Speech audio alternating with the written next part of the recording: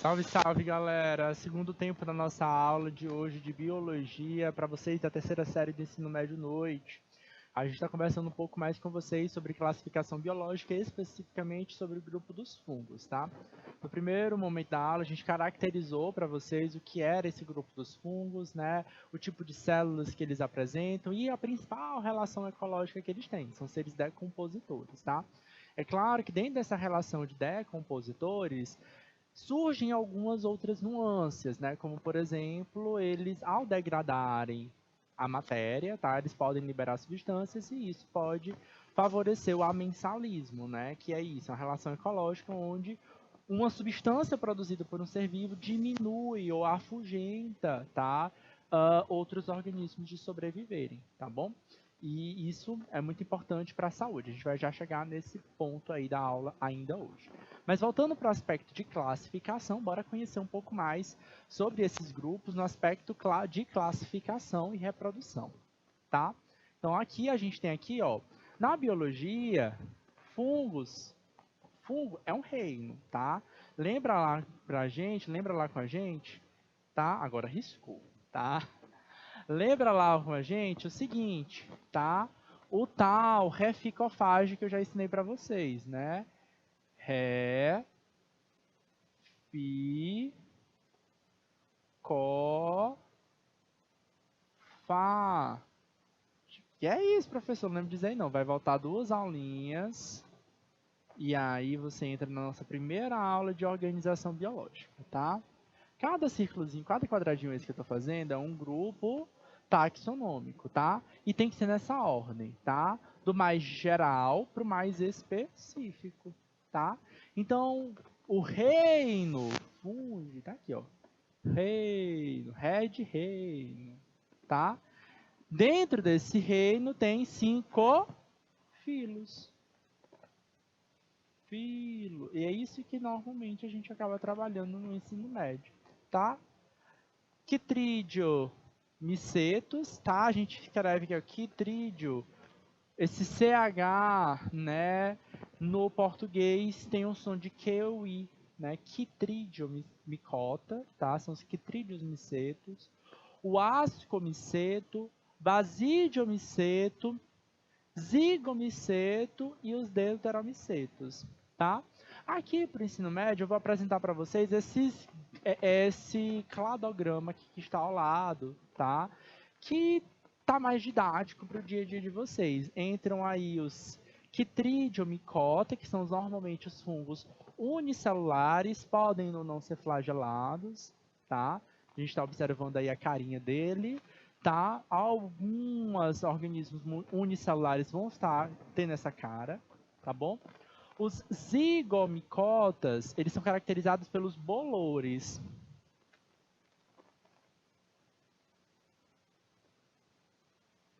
Tá? Então, quando eles aparecem pra gente, eles não vão aparecer aquele cogumelo bonitinho, tá?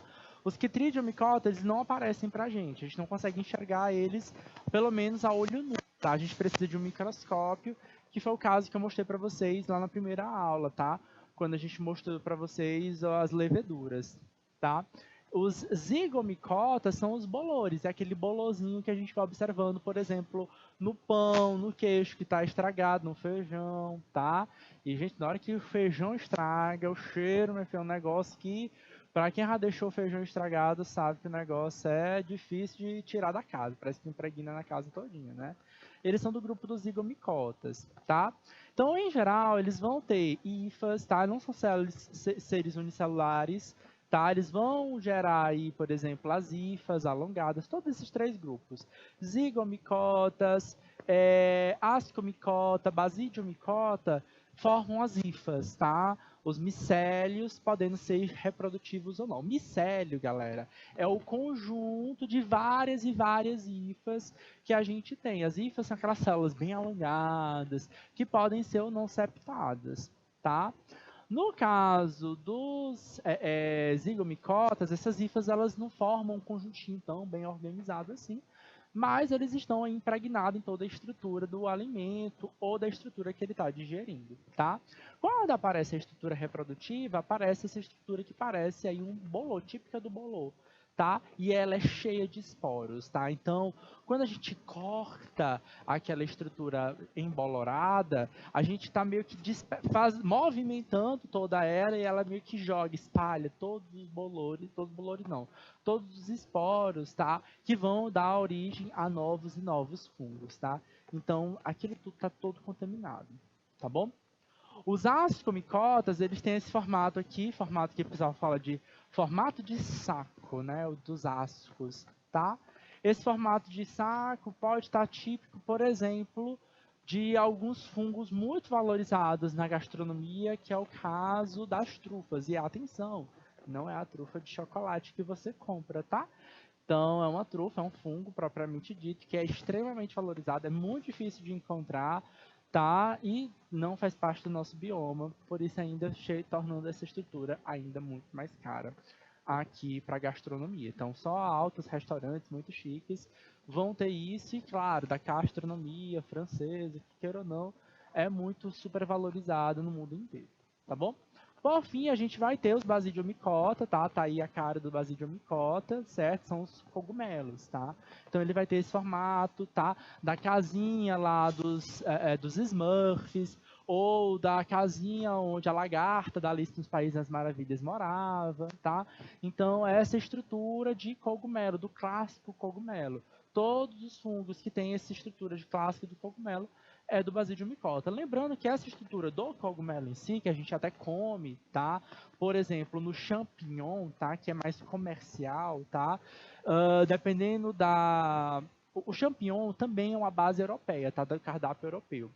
Mas na Ásia, tá? Eles têm um costume de comer muitos fungos. A grande maioria desses fungos são pertencentes ao grupo dos basidiomicotas, tá? Basicamente o que a gente come lá é a estrutura reprodutiva desses fungos, tá? Então, eles representam justamente uma boa parte. Professor, e a reprodução deles, tá? Como acontece? O que acontece dentro desse processo, tá? A reprodução deles acontece, em geral, vai variar um pouquinho de grupo para grupo, tá? Mas vai acontecer, ou pode acontecer, o que a gente conhece como alternância de geração, tá? Então, a gente tem algumas estruturas que são indivíduos diploides, tá? E indivíduos haploides, tá? Vamos entender aqui o que está acontecendo nesse processo, tá? A gente sempre procura encontrar, quando a gente encontra um ciclo de vida, a gente procura encontrar quando uma célula se fundiu a outra, ou, por exemplo, no que a gente conhece como uma fecundação, tá? A partir do momento em que acontece essa fecundação, tá? Ou uma fusão entre essas células, a gente pode iniciar aí esse ciclo de vida, tá? Tá um pouquinho em algumas estruturas em inglês, mas a gente consegue entender aqui, ó. Fusion, né? Fusão de citoplasmas, tá? Então, quando a gente mistura aí a fusão desses citoplasmas, podem acontecer o que a gente conhece aí de o início de uma reprodução ou não reprodução sexuada, tá? Bom, em geral, quando a gente fala em biologia de reprodução sexuada, falam-se muito na reprodução com a participação de gametas, tá? Lembra lá do que eu disse para vocês que as hifas, tá? São células extremamente alongadas, tá? Podendo ou não ser septadas, ok? Então, beleza, tá aqui septos nela. Os septos delas, elas meio que permitem a passagem um pouquinho do núcleo ou de alguma substância de um ponto para outro. Aí o que acontece? Dentro de cada uma delas, vou desenhar aqui um pontinho, é um núcleo, opa.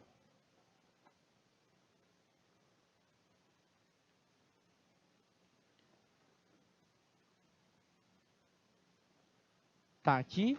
E aí o que acontece? A primeiro momento, ao encontrar uma célula de um e uma hifa de outro, né, uma hifa de um indivíduo com a hifa de outro indivíduo, o que vai acontecer necessariamente? Tá? Pode acontecer a fusão desses micélios e, consequentemente, vai acontecer que eu vou apresentar o que é alguns septos, tá? Algumas regiões entre essas hifas com mais de um tipo de material genético, tá? Por isso a gente vai chamar isso de plasmogamia, tá? Ou a fusão de citoplasmas. Então, vira uma hifa só, muito mais longa, com 2 núcleos, tá? E aí, se você for fazer a análise genética de cada um desses fungos, você vai observar que esses fungos vão ter 2 DNAs, tá? Com o passar do tempo, com a divisão celular, o crescimento, os estágios, pode acontecer o que a gente chama de cariogamia. Cario de carioteca, tá? Ou gamia, fusão carioteca, ou a fusão dessas cariotecas, tá? Modificando ou criando, dando variabilidade genética ali dentro, tá? Galera, pensa aqui comigo, tá? Eu tinha um indivíduo, tá? Que passa a ter o dobro do número de cromossomos. Eu vou precisar necessariamente de uma divisão celular, tá? Então, se eu tinha um determinado número de cromossomos, vamos dizer que eu tinha um número de cromossomos N, tá? Então, eu tinha um indivíduo com N cromossomos, certo? E a partir desse momento que eu fundo mais de um, então N mais outro indivíduo, vou botar preto aqui, ó, só para vocês associarem. Vem o outro indivíduo com N cromossomos, eu vou somar um com o outro, a gente vai gerar um indivíduo com 2N, tá?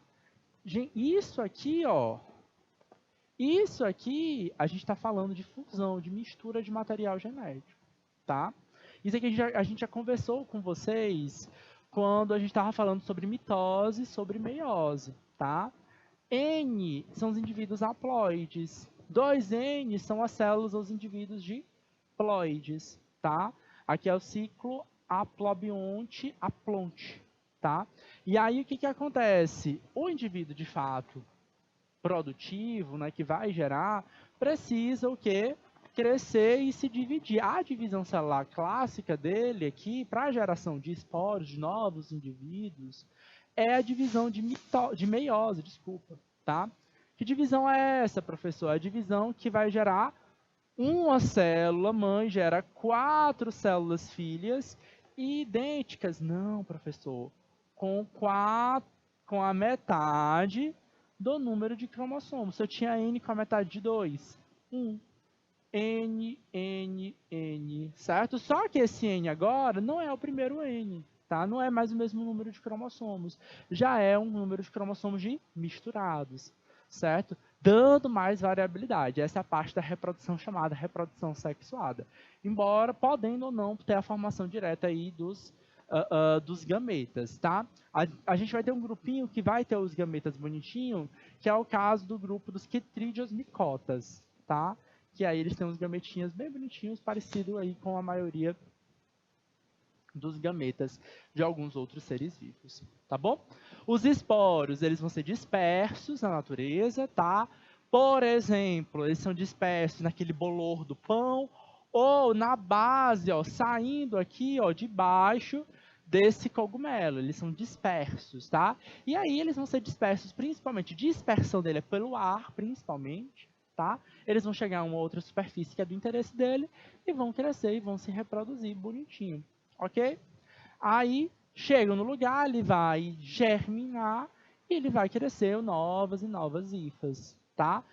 Esse crescimento vai acontecer divisões celulares, divisões do tipo mitose. Aí tem que lembrar lá, divisão mitótica, aquela divisão que uma célula gera 2 células filhas idênticas. Se a primeira célula é uma célula N, eu vou gerar 2 células N também. E aí a gente vai, essa mesma célula N gera outra 2 células N.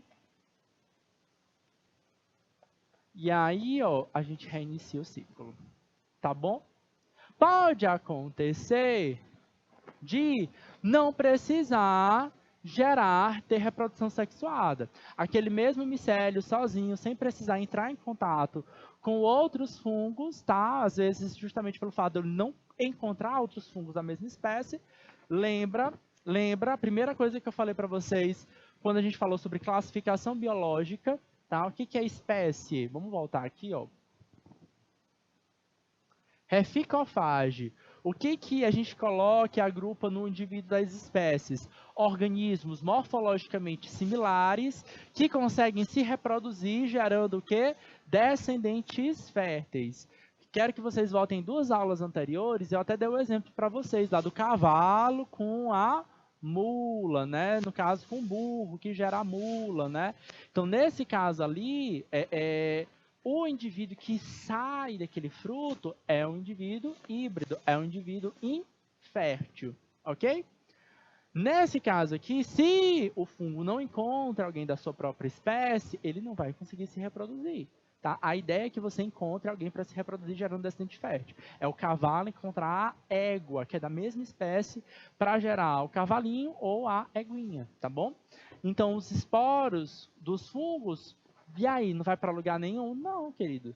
Ele vai se dividir, vai produzir esporos por mitose, e esses esporos vão crescer e vão gerar outros fungos em outro lugar, certo? Então, tanto pode acontecer a reprodução sexuada como a reprodução assexuada daqueles fungos, tá bom? Bom, classificação fechadinha aqui para vocês, tá? Vamos entrar aqui no detalhe que é muito importante para a gente, tá? Primeiro ponto que eu falei com vocês foi a importância econômica, tá? No aspecto da gastronomia, tá? De produção de bebidas alcoólicas, na produção e conservação de alguns alimentos, como queijos, tá? A gente tem aqui importância na saúde, tá? Micose, galera. Toda vez que vocês verem essa palavrinha aqui, ó, micose, o que que é isso? É uma infecção provocada por fungo. Agora, ó, infecção. Infecção significa dizer o quê? Que esse fungo, aqui ele tem uma leitura de ele é um parasita, tá? Então, ó, relação ecológica, parasitismo, tá? Diferente de amensalismo. Gente, no nosso corpo tem aproximadamente cerca de 40 trilhões de micro-organismos. Entre esses micro-organismos tem um monte de fungo. Sério, galera. E ó que eu estou falando de pessoas saudáveis, não estou falando de pessoas doentes, tá? E por que isso é importante entender? Porque boa parte dos fungos que estão no nosso corpo, eles têm essa ação, essa função protetora, tá? Como, por exemplo, essa ideia do amensalismo, de equilibrar os micro-organismos que podem ser ou não tóxicos. Acontece que, porventura, alguns fungos inoportunos, né, ou oportunos no caso, eles conseguem adentrar no nosso corpo e eles vão promover aí o que a gente conhece como micose. As mais conhecidas são as frieiras, tá? Aquelas que ficam entre os dedos, principalmente ali do pé. Mas tem muita micose, por exemplo, as mais comuns são as das unhas, especialmente a do dedão do pé, tá? O que acontece? Primeira coisa que a gente tem que entender é o seguinte, tá? Como é que ele chega até lá? Tá? Em geral, a nossa pele, nossa estrutura da pele, é uma estrutura muito rígida e não é rígida não, mas ela é muito resistente, tá? E muito difícil de impregnar. Só que, atenção, por que eu estou falando entre os dedinhos do dedo, entre os dedinhos do pé, na unha do pé? Essas regiões são de fato estruturas que são mais guardadinhas, fica no lugar mais úmido, sim, mais úmido, a gente às vezes não enxuga direito, virilha, tá? Então, ela é uma região relativamente um pouco mais sensível, a pele é mais sensível. Qualquer cortezinho, qualquer mau cuidado pode promover a proliferação de alguma outra bactéria ou fungo, tá? É ali onde começa a contaminação por fungos ou micoses. O primeiro cuidado que a gente precisa ter é que a reprodução desses fungos acontece da mesma forma como acontece num pão, por exemplo. Eles liberam bolores. Então, a gente deve tomar bastante cuidado em compartilhar objetos. Roupa íntima, toalha, algumas roupas pessoais. E para locais públicos como piscinas, clubes, a gente tem que tomar bastante cuidado. Tá?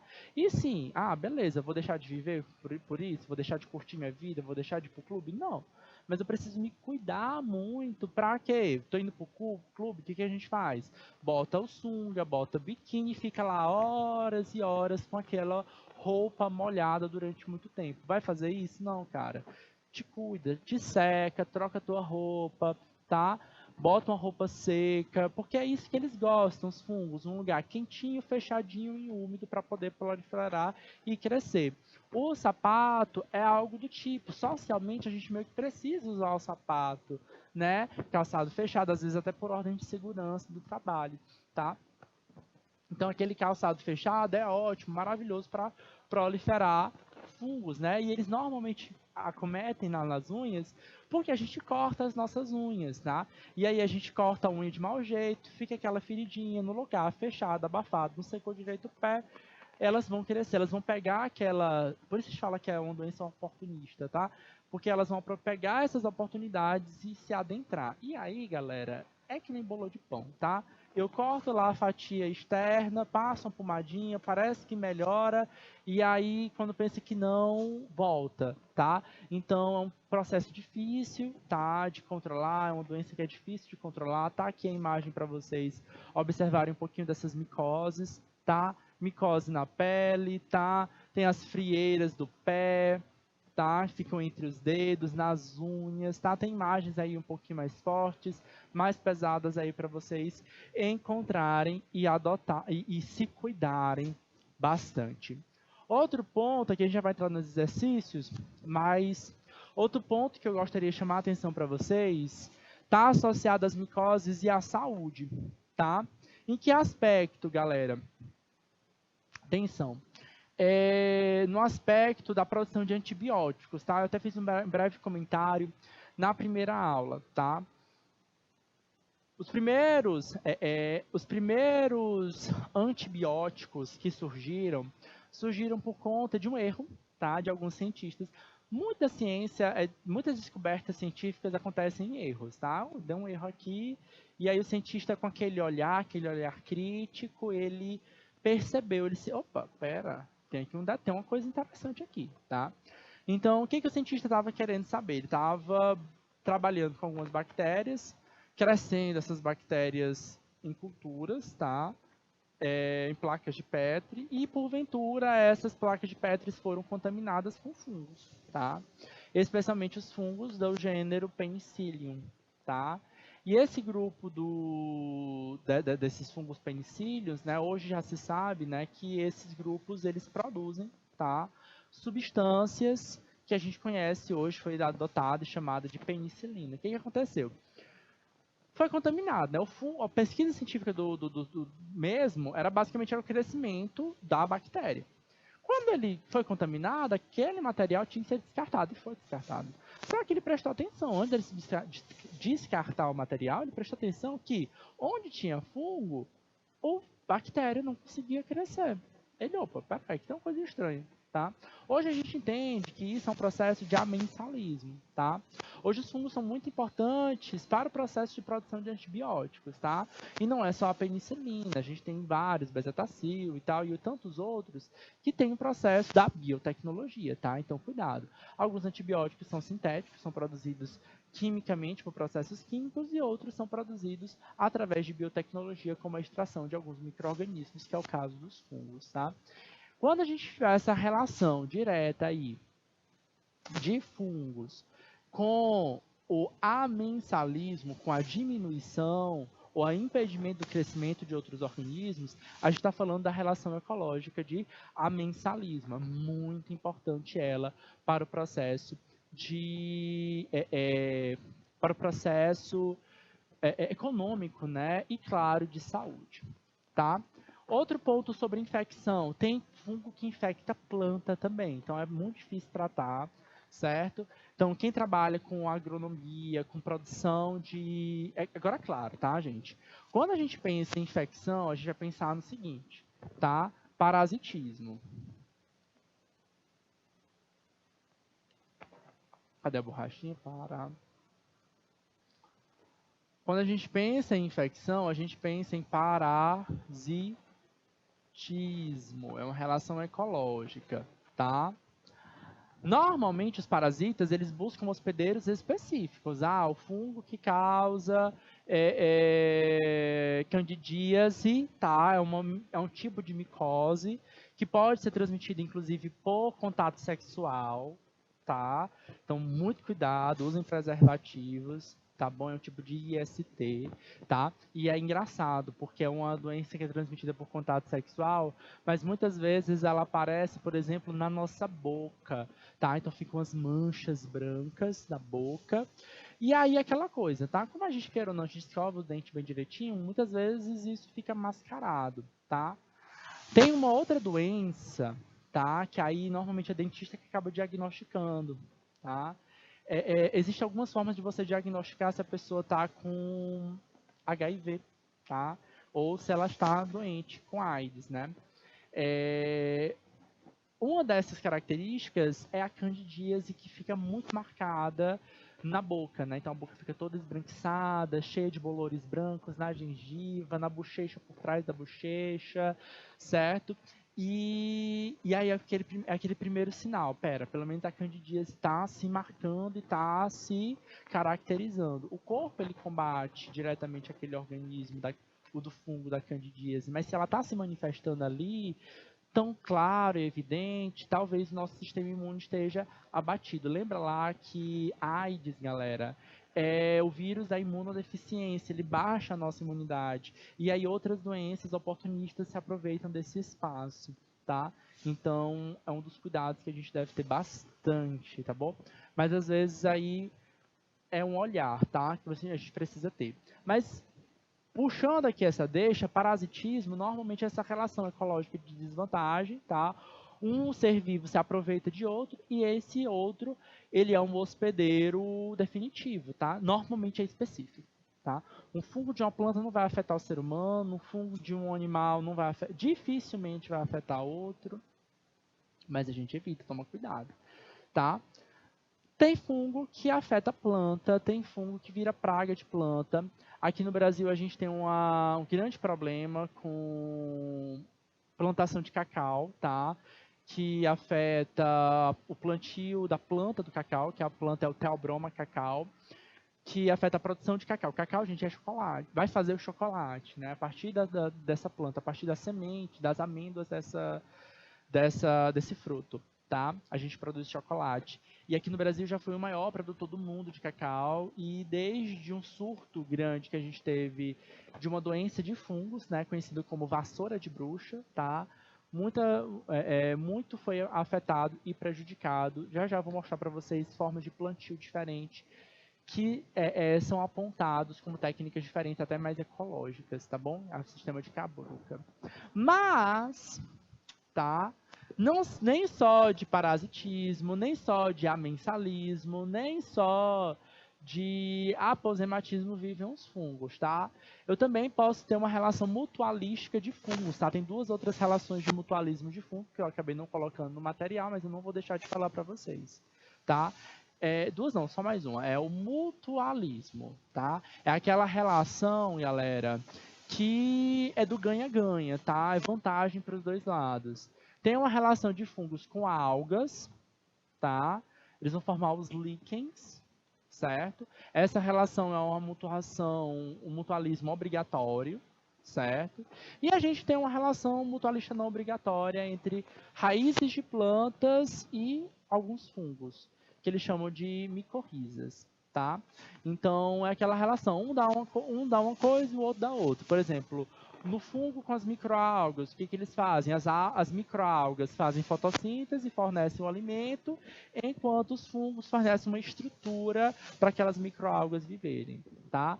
Nas micorrizas, né, que é a associação entre as raízes de algumas plantas e fungos. Esses fungos, eles aumentam a área de contato, eles facilitam o processo de absorção de nutrientes das raízes nos solos, tá? Então são possíveis associações mutualísticas que a gente pode encontrar e que são muito exploradas economicamente e, claro, através das biotecnologias, tá bom?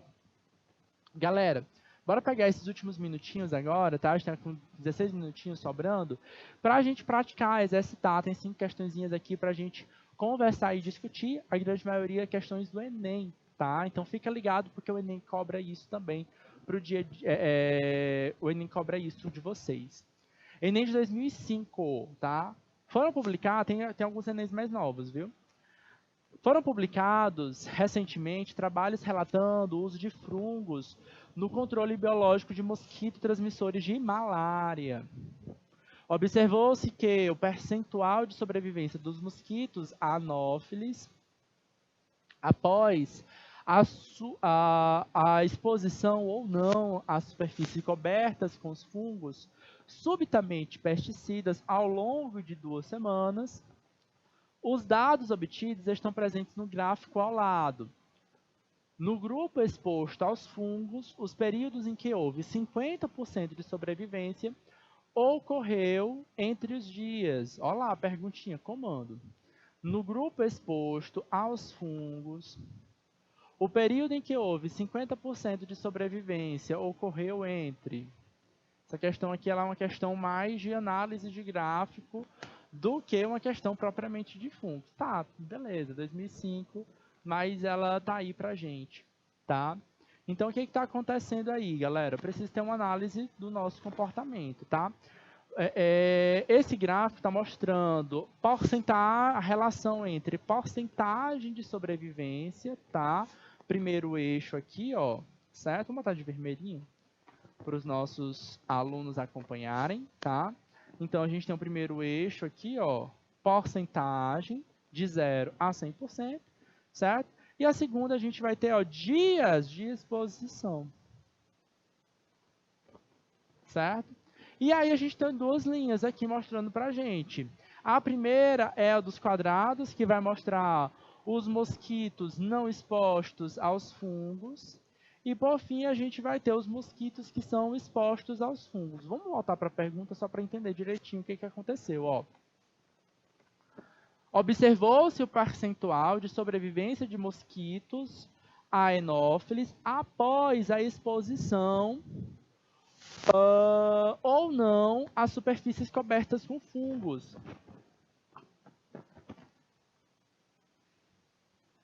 Sabidamente pesticidas. Então, já sabia que esses fungos tinham um comportamento de pesticidas e o que a gente esperava?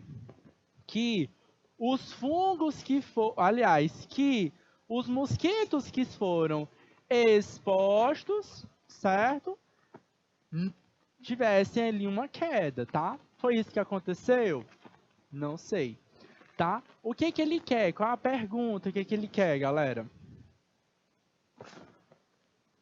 No grupo exposto aos fungos, o período em que houve 50% de sobrevivência é o que? Grupo exposto, tá?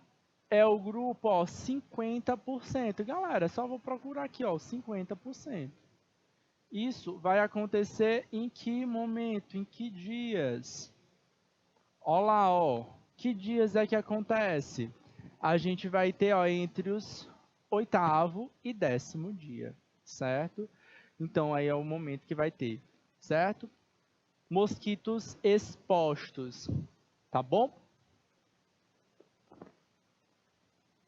Questãozinha mais recente aqui para vocês, tá? Pesquisadores descobriram que uma espécie de abelha sem ferrão, nativa do Brasil, tá? A mandaguari, ou o nome da espécie é Scaptotrigona depilis, cultiva um fungo nos ninhos dentro da colmeia. Após a observação, verificaram que a sobrevivência das larvas das abelhas dependia da ingestão de filamentos do fungo. Então, esse fungo, olha lá, a língua portuguesa aí, ó, que, tá? Pronome relativo. Produz metabólitos secundários com ação antimicrobiana, tá? Então, essa ação de matar micro-organismos, tá? Antitumoral e imunológica. Além da alimentação convencional. Então, além de ser um nutriente bacana, ainda é antimicrobiano, antitumoral, é um remedinho aí, um fortificante ali para aquele bebezinho de abelha, né? Por sua vez, o fungo depende da abelha para se reproduzir. e garante a sua multiplicação ao longo das gerações. Ah, então isso aqui é uma relação ecológica, relação chamada de mutualismo.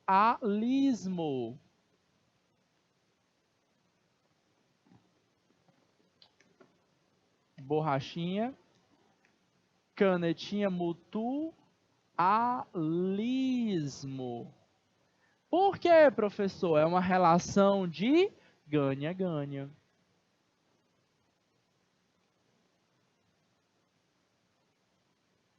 Ganha a abelha,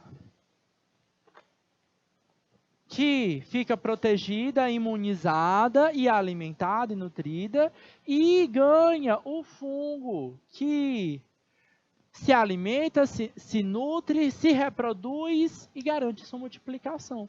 Todos dois saem ganhando, tá? Vai ter algumas só que um ganha, vai ter um que ganha e que outro perde, que vai ter relações ecológicas que os dois perdem, tá? O mutualismo é uma relação que, em geral, os dois saem ganhando. Beleza. Pergunta. O uso de fungicida. O que é isso, galera? Que mata o fungo. Ocasiona a colmeia dessa espécie o quê? E aí, galera? Se eu tiro o fungo, tá? O que pode acontecer? Alternativa A vai falar que vai controlar pragas. Alternativa B, o acúmulo de resíduos. Alternativa C, a ampliação do espaço.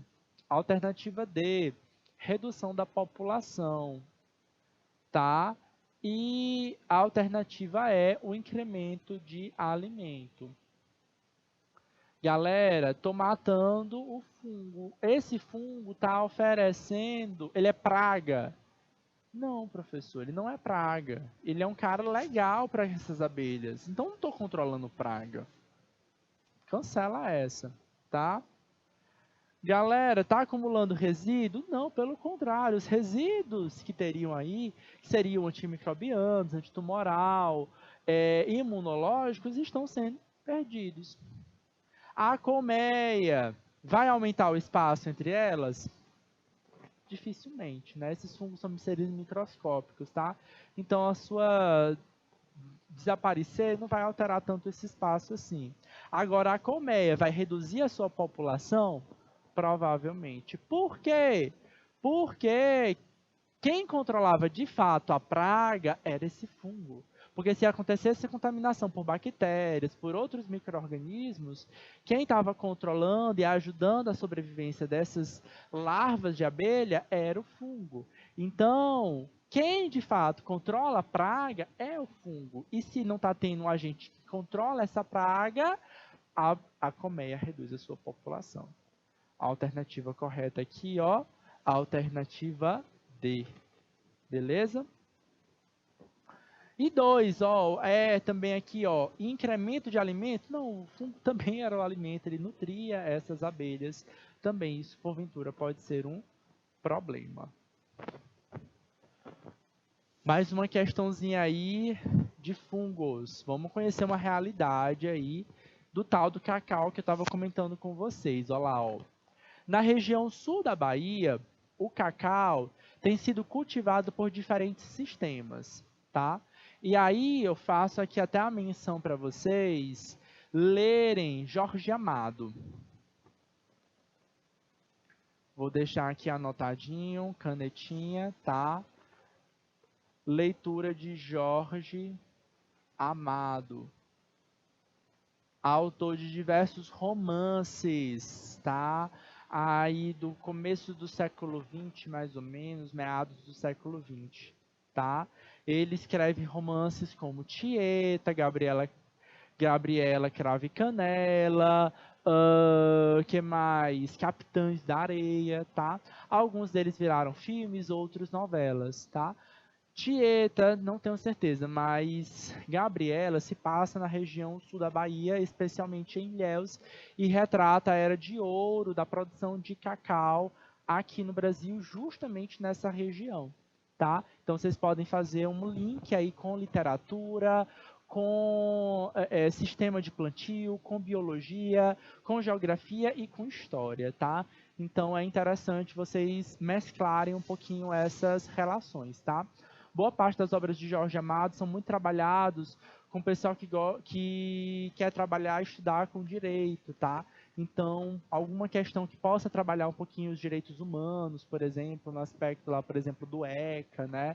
Que do Estatuto da Criança e do Adolescente, associado aí ao Capitães da Areia, por exemplo, pode ser um bom caminho para vocês aprenderem um pouco mais aí, fazer essa interdisciplinaridade, tá? Mas voltando aqui à questão, galera. Na região sul do Brasil, sul da Bahia, desculpa, o cacau tem sido cultivado por meio de diferentes sistemas. Vamos nós. Um deles é o convencional. Bora marcando aqui para a gente ir entendendo. Primeiro, convencional. A primeira etapa é preparar o solo correspondente à retirada da mata. Opa, então, sul da Bahia, litoral costeiro do Brasil. Onde é que a gente está? Sul da Bahia, galera, é Mata Atlântica. Vamos registrar isso só para vocês visualizarem, tá? Sul da Bahia, Mata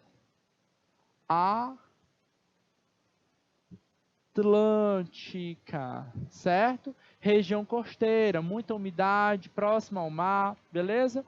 Na primeira etapa da produção do cacau, o que fazia-se, né? Que ainda faz? Desmata, ó, retira a mata e a queimada dos tocos até as raízes, tá? Beleza. Em seguida, para o plantio da quantidade máxima de cacau na área, os pés de cacau são plantados uns próximos aos outros, sem deixar muito espaço. No cultivo pelo sistema chamado cabruca, aqui temos um novo tipo de plantio, ó, cabruca. Os pés de cacau são abrigados entre plantas de maior porte, ou seja, em outras palavras, tá? Vamos botar aqui de outra cor. Os pés de cacau são abrigados, entre plantas de maior porte. Em outras palavras, eu não desmato tudo, nem queimo. Eu vou cortar assim uma quantidade de árvores, mas eu vou manter parte dessas árvores, especialmente da cobertura maior. E o cacau fica lá por baixo, que cacau é uma planta baixinha, a gente chama essa planta de arbusto, tá? De menor porte. Os cacaueiros dessa região têm sido atacados cada vez... Os cacaueiros dessa região têm sido atacados, devastados pelo fungo chamado vassoura de bruxa, que se reproduz em ambiente quente e úmido por meio de esporos que se espalham por meio aéreo. As condições ambientais em que os pés de cacau são implantados, em condições de vida, no qual o fungo vassoura de bruxa, mencionado acima, permitem suportar que sejam mais intensamente atacados por esse fungo. Os cacaueiros plantados por qual meio? Então, tem dois tipos de sistema. A pergunta quer saber é qual dos dois sistemas promovem uma maior contaminação. Lembra lá, tá? Isso aqui é uma praga, tá? Vassoura de bruxa, galera, é uma praga, certo? E essa praga é parasitismo. Normalmente os parasitas, eles acusam um lugar só. Então pensa aqui comigo. Ele vai procurar o hospedeiro dele, que é o cacau. O que eu quero? Quanto mais cacau junto, um pertinho do lado do outro, mais interessante para esse fungo, porque ele sai de uma e cai logo na outra planta. Agora, ao contrário, no sistema de cabruca, que ficam os cacais espalhados e tem outras espécies para atrapalhar a disseminação. Então, no primeiro sistema de plantio, chamado sistema convencional, a produção de cacau ela é mais infestada pelo fungo, tá? A gente está com pouquíssimo tempo, eu já vou deixar o gabarito aqui para vocês, pelo menos dessa questão. Tá aqui, ó. Qual é o sistema que vai mais contaminar? O convencional, pois a proximidade entre os pés de cacau facilita a disseminação da doença. Lembra, é um parasita, tá? E eu vou finalizar a nossa aula de hoje mostrando para vocês o que é uma cabruca. Isso aqui, galera, é uma cabruca, tá? Para quem não conhece, esse aqui do meio, ó, eu vou botar de vermelho, fica mais visível.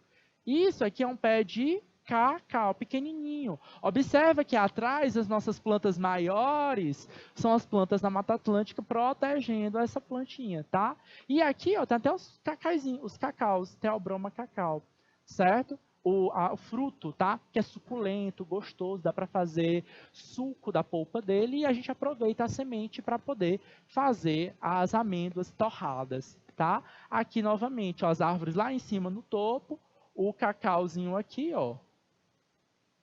Isso aqui é o pé de cacau. Beleza? Queridos, o nosso tempo está chegando ao fim, tá bom? Vou deixar para vocês mais 2 questões aqui no nosso material para vocês responderem em casa. Tem gabarito no final do material, não deixem de responder. E a gente se encontra na próxima semana. Grande beijo, grande abraço, até mais, tchau, tchau.